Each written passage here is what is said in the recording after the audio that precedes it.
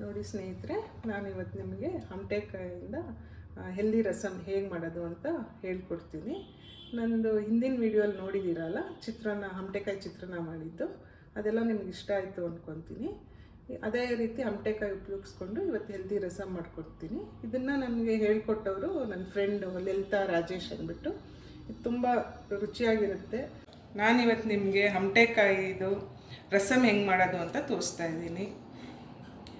ಹಮಟೆಕಾಯಿ ತೊಗೊಂಡಿದ್ದೀನಿ, ಮೆಣಸು, ಜೀರಿಗೆ, ಒಣಮೆಣ್ಸಿನ್ಕಾಯಿ, ಹಸಿಮೆಣ್ಸಿನ್ಕಾಯಿ, ಕರಿಬೇವು ಒಗ್ಗರಣೆಗೆ, ಸಾಸಿವೆ, ಅರಿಶಿನ, ಉಪ್ಪು. ಮೊದಲಿಗೆ ಇದನ್ನು ಹಮಟೆಕಾಯಿನ ನಾನು ಸ್ವಲ್ಪ ತುದಿ ಕಟ್ ಮಾಡ್ಕೊಳ್ತೀನಿ. ಹಿಂದೆ ಮುಂದೆ ಸ್ವಲ್ಪ ಕಟ್ ಮಾಡಿಕೊಂಡು 2 ಭಾಗ ಮಾಡ್ಕೊತೀನಿ, ಬೇಗ ಬಿಗಿಯುತ್ತೆ ಅಂತ. ಈ ಥರ ಹಚ್ಕೊಂಡಿದ್ದೀನಿ. ಇವಾಗ ಈ ಪಾತ್ರೆಯಲ್ಲಿ ನೀರು ತೊಗೊಂಡಿದ್ದೀನಿ. ಅದಕ್ಕೆ ಹಚ್ಚಿರೋಂಥ ಹಮಟೆಕಾಯಿ,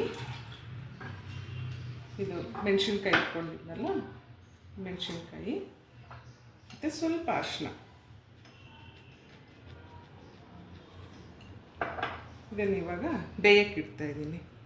ಸ್ವಲ್ಪ ಅದು ಒಂದು ಅರ್ಧ ಬೇಯಲಿ, ಮೆಣಸಿನ್ಕಾಯಿ ರಸ ಎಲ್ಲ ಇಳ್ಕೊಳ್ಳಿ.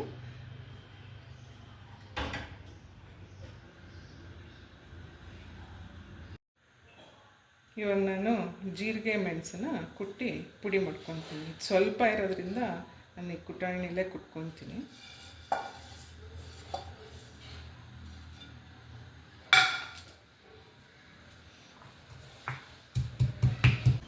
ರಸಮ್ಗೆ ಒಗ್ಗರಣೆ ಹಾಕ್ಕೊಂಡು ಪಾತ್ರೆ ಬಿಸಿ ಆಗಿದೆ, ಎಣ್ಣೆ ಹಾಕ್ಕೊತಾ ಇದ್ದೀನಿ. ಒಗ್ಗರಣೆಗೆ ಸ್ವಲ್ಪ ಸಾಕು.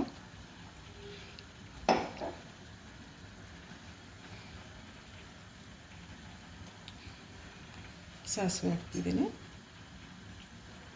ಸಾಸಿವೆ ಸಿಡಿತಾ ಇದೆ, ಹಿಂಗೆ ಹಾಕ್ಕೊಳ್ಳೋಣ. 2 ಒಣಮೆಣಸಿನ್ಕಾಯಿ ಮತ್ತು ಪುಡಿ ಮಾಡಿರೋಂಥ ಜೀರಿಗೆ ಮೆಣಸು,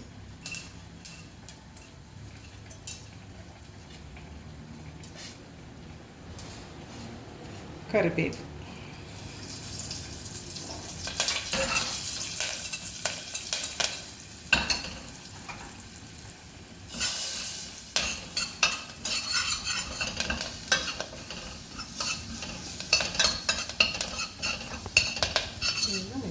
ಬೇಯಿಸಿ ಇಟ್ಟಿರೋಂಥ ಹಮಟೆಕಾಯಿ ರಸಮ್ ಹಾಕೋಣ.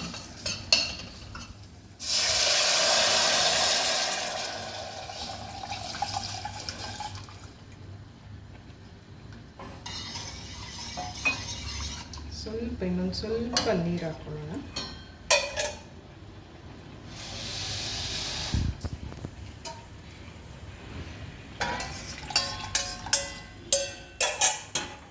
ಕುದೀಲಿ, ಇದು ಒಂದು ಕುದ್ದಾದ್ಮೇಲೆ ಉಪ್ಪು ಹಾಕ್ಕೊಳ್ಳೋಣ.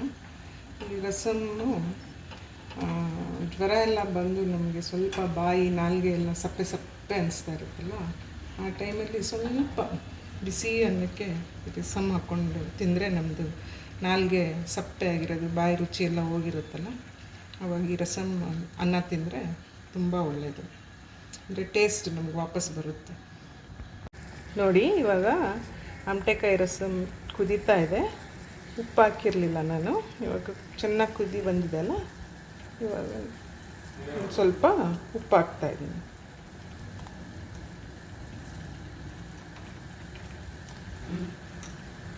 ಹಮಟೆಕಾಯಿ ರಸಮ್ ರೆಡಿಯಾಗಿದೆ. ಇವಾಗ ಇದನ್ನು ಸರ್ವಿಂಗ್ ಬೌಲ್ಗೆ ಹಾಕೋಣ. ಮೇಲೆ ಒಂಚೂರು ಕೊತ್ತಂಬರಿ ಸೊಪ್ಪು ಗಾರ್ನಿಷ್ ಮಾಡ್ಕೊಂಬಿಟ್ರೆ ಚೆನ್ನಾಗಿರುತ್ತೆ. ರಸಮ್ ರೆಡಿಯಾಗಿದೆ, ಹಮಟೆಕಾಯಿ ರಸಮ್ಮು. ಹಮಟೆಕಾಯಿ ರಸಮ್ಮು ಇವಾಗ ಯಾವಾಗ ನಮಗೆ ಬೇಕು ಅನಿಸುತ್ತೆ ಅಂದರೆ, ಒಂದೊಂದು ಸಲ ನಾವು ಆಚೆ ಕಡೆ ತುಂಬ ಹೆವಿ ಫುಡ್ ತಿಂದಿರ್ತೀವಿ, ನಮ್ಮ ಹೊಟ್ಟೆ ಸ್ವಲ್ಪ ಪ್ರಾಬ್ಲಮ್ ಆಗಿರುತ್ತೆ. ಆ ಟೈಮಲ್ಲಿ ಈ ರಸಮ್ ಕುಡಿಯೋದ್ರಿಂದ ನಮ್ಗೆ ಡೈಜೆಷನ್ ಪ್ರಾಬ್ಲಮ್ಮು ಕ್ಲಿಯರ್ ಆಗುತ್ತೆ, ನಮ್ಮದು ಬೌಲ್ ಮೂವ್ಮೆಂಟು ಈಸಿಯಾಗುತ್ತೆ. ನಿಮಗೂ ಈ ಹಮಟೆಕಾಯಿ ರಸಮ್ ಇಷ್ಟ ಆದರೆ ಲೈಕ್ ಮಾಡಿ, ನಮ್ಮ ಚಾನಲ್ನ ಸಬ್ಸ್ಕ್ರೈಬ್ ಮಾಡಿ, ಮತ್ತು ಕಮೆಂಟ್ ಸೆಕ್ಷನಲ್ಲಿ ಹಾಕಿ.